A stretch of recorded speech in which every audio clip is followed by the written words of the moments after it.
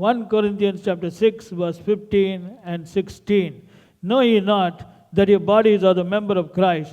Shall I then take the member of Christ and make them the members of an harlot? God forbid. Verse 16. What, know ye not that he which is joined to an harlot is one body? But two, saith he, shall be one flesh. 1 கொரிந்தியர் 6:15-16 வசனங்கள். உங்கள் சரீரங்கள் கிறிஸ்துவின் அவயவங்கள் என்று அறியீர்களாம். அப்படி இருக்க நான் கிறிஸ்துவின் அவயவங்களை வேசியின் அவயவங்களாக்கலாமா? அப்படி செய்யலாகாதே. வேசியோடு இசைந்திருக்கிறவன் அவளுடனே ஒரே சரீரமாய் இருக்கிறான் என்று அறியீர்களாம். இருவரும் ஒரே மாம்சமாய் இருப்பார்கள் என்று சொல்லியிருக்கிறதே. Okay, the NIV translation says, do you not know that your bodies are members of Christ himself? Shall I then take the members of Christ and unite them with a prostitute? Never. உங்கள் சரீரங்கள் கிறிஸ்துவின் அவயவங்கள் என்று அறியீர்களா? அப்படி இருக்க நான் கிறிஸ்துவின் அவயவங்களை அங்கங்களை எடுத்து வேசியின் அவயவமாக்கலாமா? அப்படி செய்ய ஒருபோதும் கூடாது. Now listen, here is what Paul is declaring. He is saying, your body which is a member of Christ, which is for the Lord, and the Lord for the body, something can be done to it. What can be done? It can be taken and made a member of a prostitute.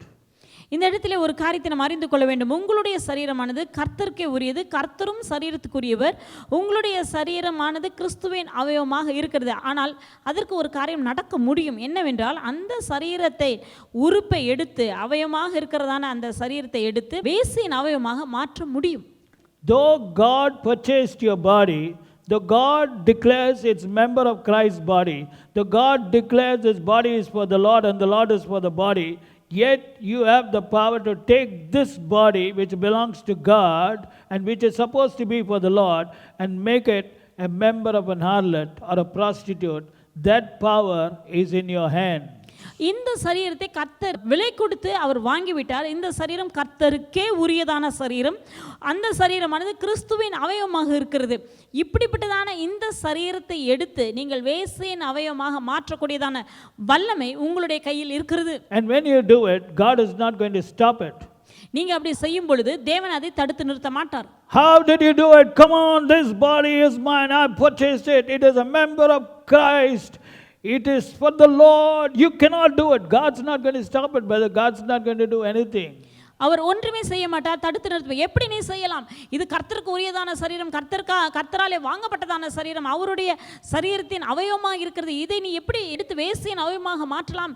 அது நிறுத்து என்று ஆண்டவர் தடுக்கவே மாட்டார், அமைதலாக இருப்பார். But actually this body is God's. ஆனா உண்மையிலே பார்க்கும்போது இந்த சரீரம் கர்த்தருக்குரியது. It's a member of Christ. அது கிறிஸ்துவின் சரீரம். It is for the Lord and the Lord is for this body. இந்த சரீரம் கர்த்தருக்கே உரியது, கர்த்தரும் சரீரத்துக்குரியவர். But in this world you have power over your body. இந்த உலகத்திலே வாழும் நாட்களிலே இந்த சரீரத்தின் மேல் உங்களுக்கு உரிமை இருக்கிறது. In the same way, though your body has been healed by his stripes, you have the power to allow sickness to enter your body and dominate your body and even kill your body. அதே போல இந்த உலகத்தில் இருக்கும் பொழுது உங்களுடைய சரீரங்கள் ஏற்கனவே குணமாக்கப்பட்ட சரீரங்களாக இருந்தாலும் வியாதியை உள்ளே அனுமதிப்பதற்கு உங்களுக்கு உரிமை இருக்கிறது. அது மாத்திரமல்ல, வியாதியை அனுமதிக்கப்பட்டு அதன் மூலமாக மரணம் நேரிடுவதற்கும், அது மேற்கொள்வதற்கும், மரணம் கொல்லுவதற்கும் நீங்க கையில தான் இருக்கு. உங்க கையில உரிமை இருக்கிறது. See, God can only do certain things like purchasing your body and healing your body, but maintaining the body in the way that God wants it to be maintained according to the word is in your hand. கர்த்தர் செய்ய வேண்டியதான காரியங்களை அவர் செய்து விட்டார். அவர் விலை கொடுத்து வாங்கி விட்டார். அவருடைய சரீரமாக மாற்றி விட்டார். அவருடைய சரீரத்தின் அவயவமாக மாற்றி விட்டார். ஆனால் அந்த சரீரத்தை தேவன் எப்படி மாற்றி இருக்கிறாரோ அதே முறையில் காத்துக்கொள்வது உங்களுடைய வேலையாகும். See, this is where we are failing. இந்த இடத்தில் தான் அநேகர் தவறு செய்கிறார்கள். Now let me explain more clearly. Are you listening? கவனிக்கிறீங்களா? இதை கவனமாக நான் இன்னும் விளக்கமாக சொல்கிறேன். In Romans 6 verse 18 and verse 22, the Bible says you were made free from sin, and 2 Corinthians 5:21, you were made the righteousness of God. ரோமர் 6:18-22 வசனம் ஆகிய இரண்டு வசனங்களிலும் 2 கொரிந்தியர் 5:21 வசனத்திலும் நீங்கள் பாவத்திலிருந்து விடுதலையாக்கப்பட்டவர்கள், தேவ நீதியாக மாற்றப்பட்டீர்கள் என்று சொல்கிறது. But look at what Paul says to those who have been made free from sin, who have been made the righteousness of God. In Romans chapter 6 verse 12, he says, let not sin therefore reign in your mortal body, that you should obey it in the lust therefore. neither yield ye your members as instruments of unrighteousness unto sin.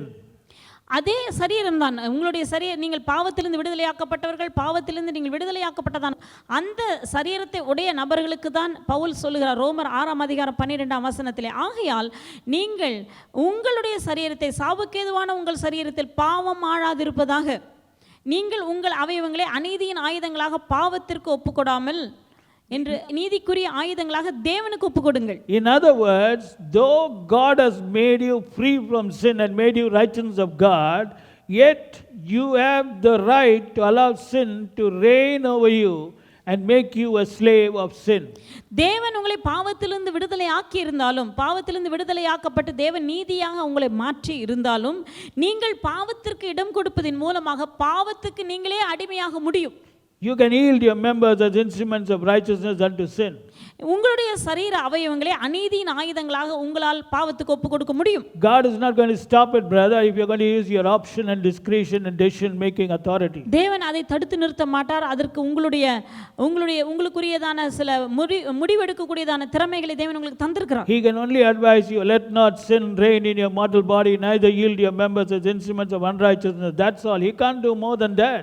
அவர் உங்களுக்கு ஆலோசனை, உங்களுக்கு அறிவுரை தான் சொல்வார். உங்களுடைய சரீர அவயவங்களை அநீதியின் ஆயுதங்களாக பாவத்திற்கு ஒப்பு கொடுக்காமல் இருங்கள் என்று தான் சொல்வாரே அல்லாமல் அதற்கு மேலாக அவர் கட்டாயப்படுத்த மாட்டார். So just like our sin can reign over a person who has been freed from sin and made righteousness of God, so also sickness can reign over a person who has been healed and whose body belongs to God, and which body is for the Lord and the Lord is for that body. எப்படி ஒரு மனிதன் பாவத்திலிருந்து விடுதலையாக்கப்பட்டு தேவ நீதியாக மாற்றப்பட்டதான் அந்த மனிதன் பாவத்திற்கு கீழ்ப்பட்டு அதற்கு அடிமையாக மாறி தன்னுடைய சரீர அவயவங்களை அநீதியின் ஆயுதங்களாக ஒப்பு கொடுக்க முடியுமோ, அதே போல இயேசு கிறிஸ்துவின் சிலுவையின் மூலமாக குணமாக்கப்பட்டதான ஒரு மனிதனும் சரீரத்திலே வியாதி வருவதற்கும் அந்த வியாதி தன்னை மேற்கொள்வதற்கும் இடம் கொடுக்க அந்த மனுஷனால் முடியும்.